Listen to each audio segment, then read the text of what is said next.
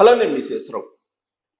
భారతదేశాన్ని ఆర్థికంగా పటిష్టంగా ఉంచాలన్నా, లేదు భారత ఆర్థిక వ్యవస్థ పెరగాలన్నా బంగారం దిగుమతులను తగ్గించుకోవాలి. దానికి మార్గాలను అన్వేషిస్తూ ఉన్నారు ప్రధానమంత్రి నరేంద్ర మోడీ గారు, కేంద్ర ప్రభుత్వం. వాటిల్లో ఒకటి బంగారం మానిటైజేషన్, గోల్డ్ మానిటైజేషన్ స్కీమ్. ఈ గోల్డ్ మానిటైజేషన్ స్కీమ్ని కనుక పగడ్బందీగా అమలు చేయగలిగితే ఖచ్చితంగా భారతీయుల దగ్గర ఉన్నటువంటి 30,000 టన్నులు సుమారుగా ఉన్నటువంటి బంగారాన్ని మనం మళ్ళా భారత ఆర్థిక వ్యవస్థలోకి తీసుకురావచ్చు అనేటువంటి ఒక అభిప్రాయంతో ఉన్నారు. అందుకే 2015లో వచ్చినటువంటి గోల్డ్ మానిటైజేషన్ స్కీము వర్కౌట్ కాలేదు ఇప్పటి వరకు కూడా. ఆ కారణంగా దిగుమతులు పెరుగుతూ ఉన్నాయి. ప్రపంచవ్యాప్తంగా బంగారాన్ని ఎక్కువగా దిగుమతి చేసుకుంటున్నటువంటి దేశాల ర్యాంకుల్లో తీసుకుంటే భారతదేశం రెండో ర్యాంకులో ఉంది, రెండో ప్లేస్లో ఉంది. అంటే అత్యధికంగా బంగారాన్ని దిగుమతి చేసుకుంటున్నట్టు దేశం ఏదైనా ఉందంటే భారతదేశం. ప్రతి ఏడాది సగటున దాదాపుగా 700 టన్నుల నుంచి 800 టన్నుల వరకు దిగుమతి చేసుకోవాల్సి వస్తుంది భారతదేశం అనేటువంటి ఒక లెక్క ఉంది.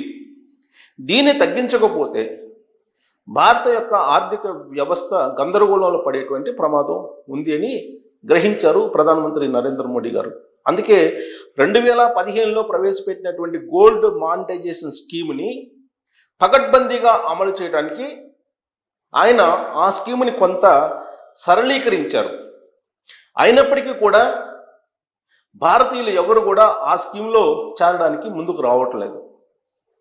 ఇప్పటి వరకు ఏడాదికి 30 నుంచి 40 టన్నులు వరకే బయటికి తీసుకురాగలుగుతున్నారు ఈ స్కీమ్లో. అందుకే ఇప్పుడు కేంద్ర ప్రభుత్వం ఏం చేస్తుందంటే బ్యాంకులకు టార్గెట్ పెడుతుంది. ఎస్బీఐతో సహా అనేక జాతీయ బ్యాంకులకి, ప్రైవేట్ బ్యాంకులకి టార్గెట్ పెడుతూ ఉన్నారు.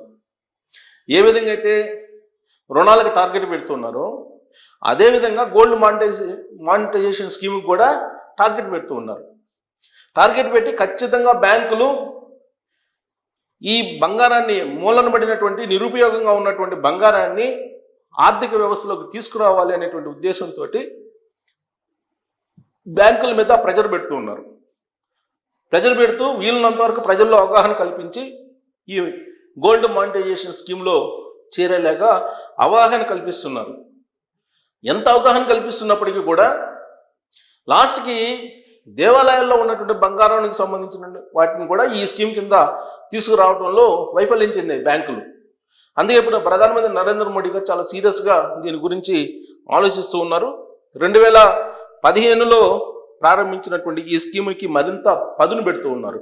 ఏ విధంగా పదును పెడుతున్నారంటే, వాస్తవంగా మనం వరల్డ్ గోల్డ్ కౌన్సిల్, ప్రపంచవ్యాప్తంగా ఉన్నటువంటి బంగారు కౌన్సిల్, వరల్డ్ గోల్డ్ కౌన్సిల్ అంటారు. దాని లెక్క ప్రకారం దాదాపుగా 1000 టన్నులు అవసరం ఉంటుంది మనకి బంగారం దేశంలో. ఇంత గనక మనం దిగుమతి చేసుకుంటే ప్రతి సంవత్సరం వాణిజ్య లోటు పెరుగుతుంది. దాని ఫలితంగా కుప్పగొలిపోతుంది ఆర్థిక వ్యవస్థ. దానికి సిద్ధంగా లేరు నరేంద్ర మోడీ గారు. ఎలాగైనా సరే ప్రజలను ఒప్పించాలి, ఇప్పుడు బంగారాన్ని ప్రజల వద్ద ఉన్నదాన్ని బయటికి తీయించాలి అనేటువంటి ప్రయత్నం అయితే చాలా సీరియస్గా చేస్తున్నారు. కాకపోతే సున్నితమైనటువంటి సమస్య ఇది.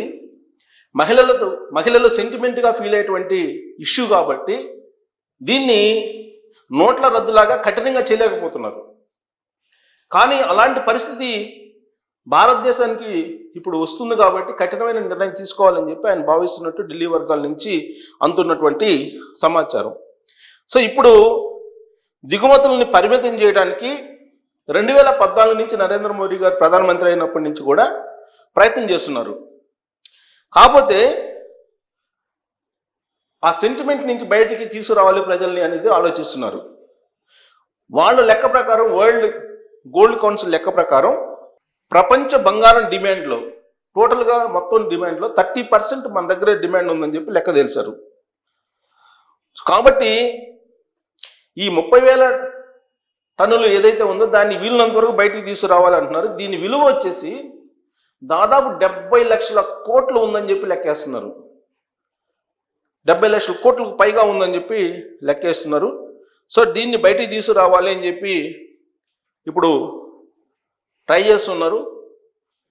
భారతదేశంలో ఉన్నటువంటి దేవాలయాలు వాటిల్లో దాదాపు 4,000 టన్నులు బంగారం ఉందని చెప్పి తేల్చారు సుమారుగా. సో ఆలయ ఖజానాలతో పని లేకుండా దీన్ని తీసుకురావాలి గోల్డ్ మానిటైజేషన్ స్కీమ్కి అని చెప్పి చేస్తున్నారు. ఈ గోల్డ్ మానిటైజేషన్ స్కీమ్ ఏంటి అని అంటే గోల్డ్ కాయిన్ మరియు సావరిన్ గోల్డ్ బాండ్, ఈ 2 పథకాలు ఉన్నాయి. గోల్డ్ కాయిన్ రూపంలో లేదంటే సావరిన్ గోల్డ్ బాండ్, ఈ 2 పథకాలను ప్రవేశపెట్టింది. అలాగే ఇళ్లల్లో ఉండేటువంటి బంగారం, దేవాలయాల్లో ఉండేటువంటి బంగారాన్ని సేకరించాలని టార్గెట్ పెడితే బ్యాంకులకి, ఈ బ్యాంకులు తర్వాత ఈ ఆభరణాలు రిటైలర్స్ ఉంటారు, ఈ బిఐఎస్ సర్టిఫైడ్, వీటిని బిఐఎస్ సర్టిఫైడ్ కేంద్రాలుగా మార్చాలనేటువంటి ఒక సరళీకరణ చేశారు. అలాగే దేశంలో ఉన్న బంగారాన్ని గోల్డ్ మానిటైజేషన్ స్కీమ్ కింద తీసుకురావడానికి 2021లో దీన్ని సవరించారు. ఈ సవరించిన దాని ప్రకారం ఏంటంటే గోల్డ్ మానిటైజేషన్ స్కీమ్లో స్వల్పకాలిక డిపాజిట్లు, స్వల్పకాలిక బంగారు డిపాజిట్లు 1 నుంచి 3 సంవత్సరాలు పెట్టుకోవచ్చు. మధ్యకాలిక బంగారు డిపాజిట్లు 5 నుంచి 7 సంవత్సరాలు పెట్టుకోవచ్చు. దీర్ఘకాలిక బంగారు నిక్షేపాలు 12 నుంచి 15 సంవత్సరాల వరకు ఈ గోల్డ్ మానిటైజేషన్ స్కీమ్లో ఉండొచ్చు. ఈ స్కీమ్కి వెళ్ళినందువల్ల ఏంటి బెనిఫిట్ అంటే దాని వాల్యూ కట్టి ఆర్బీఐ నిర్దేశించినటువంటి వడ్డీ రేట్ని చెల్లిస్తారు. ప్లస్ భారత ఆర్థిక వ్యవస్థలోకి ఇది వచ్చేస్తుంది.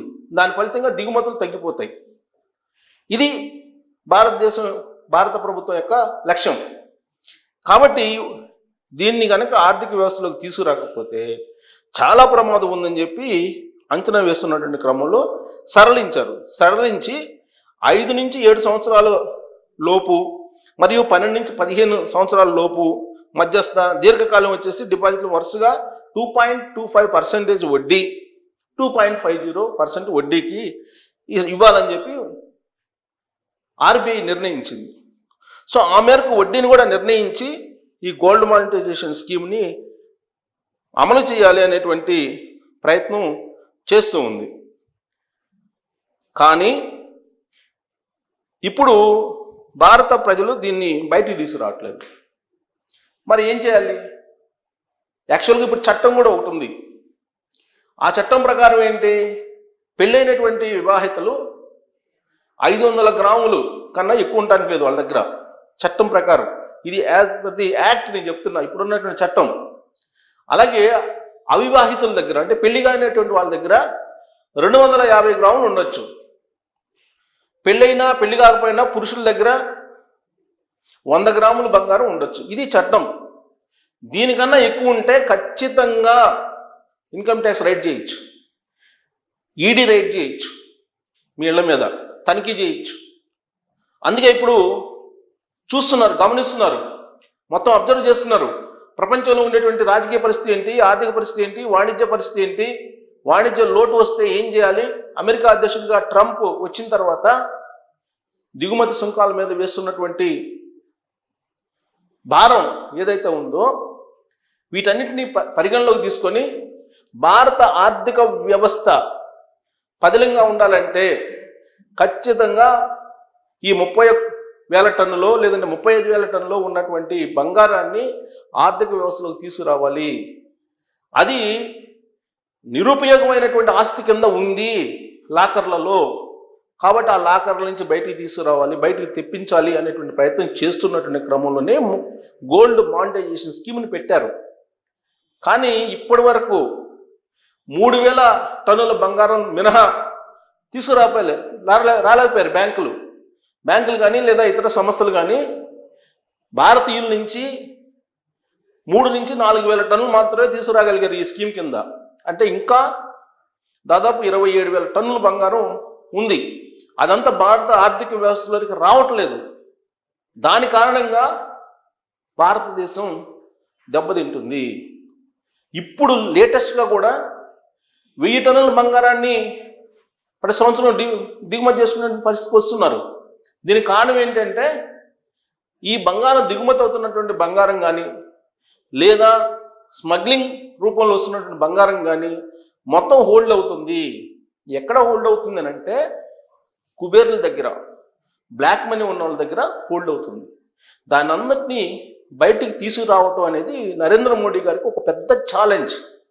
ఇప్పుడు కనుక తీసుకురాలేకపోతే భారత ఆర్థిక వ్యవస్థ కుప్పగూలేటువంటి ప్రమాదం ఉందని చెప్పి ఆర్థికవేత్తలు చెప్తున్నారు. అందుకే నరేంద్ర మోడీ గారు ఆయన ప్రధానమంత్రిగా బాధ్యతలు స్వీకరించినటువంటి తొలి రోజుల్లో పెట్టినటువంటి గోల్డ్ మానిటైజేషన్ స్కీమ్కి ఇప్పుడు పదును పెడుతూ ఉన్నారు. మీ లాకర్లో పగలగొట్టేటువంటి రోజులు ఎంతో దూరంలో లేవు. ఇప్పుడు కనుక గోల్డ్ మానిటైజేషన్ స్కీమ్లోకి కనుక రాకపోతే ఖచ్చితంగా రాబోయేటువంటి రోజుల్లో ఐటీ దాడులు, ఇన్కమ్ ట్యాక్స్ దాడులతో పాటు ఈడీ దాడులు కూడా ఉండేటువంటి అవకాశం ఉందని ఇది ఢిల్లీ వర్గాల నుంచి అందుతున్నటువంటి సమాచారం. మహాకుంభమేళ పూర్తి కాగానే నెక్స్ట్ దీని మీదనే ఎక్కువగా నరేంద్ర మోడీ గారు దృష్టి పెట్టేటువంటి అవకాశం ఉంది. కేంద్ర ప్రభుత్వం దీని మీద చాలా సీరియస్గా ఉంది. ప్రపంచ దేశాల్లో ఎలాంటి ఆర్థిక పరిస్థితులు ఉన్నప్పటికీ భారతదేశానికి ఏమాత్రం ఇబ్బంది లేదు. గోల్డ్ కనుక బయటకు వస్తే ఈ విషయాన్ని ప్రజలకు తెలియజేసి స్వచ్ఛందంగా గోల్డ్ మానిటైజేషన్ స్కీమ్లోకి వాళ్ళు వచ్చేలాగా చేయటం అనేది మొదటి ప్రక్రియ. రెండో ప్రక్రియ ఫ్రీక్వెంట్గా ఐటీ దాడులు, ఈడీ దాడులు చేయించడం.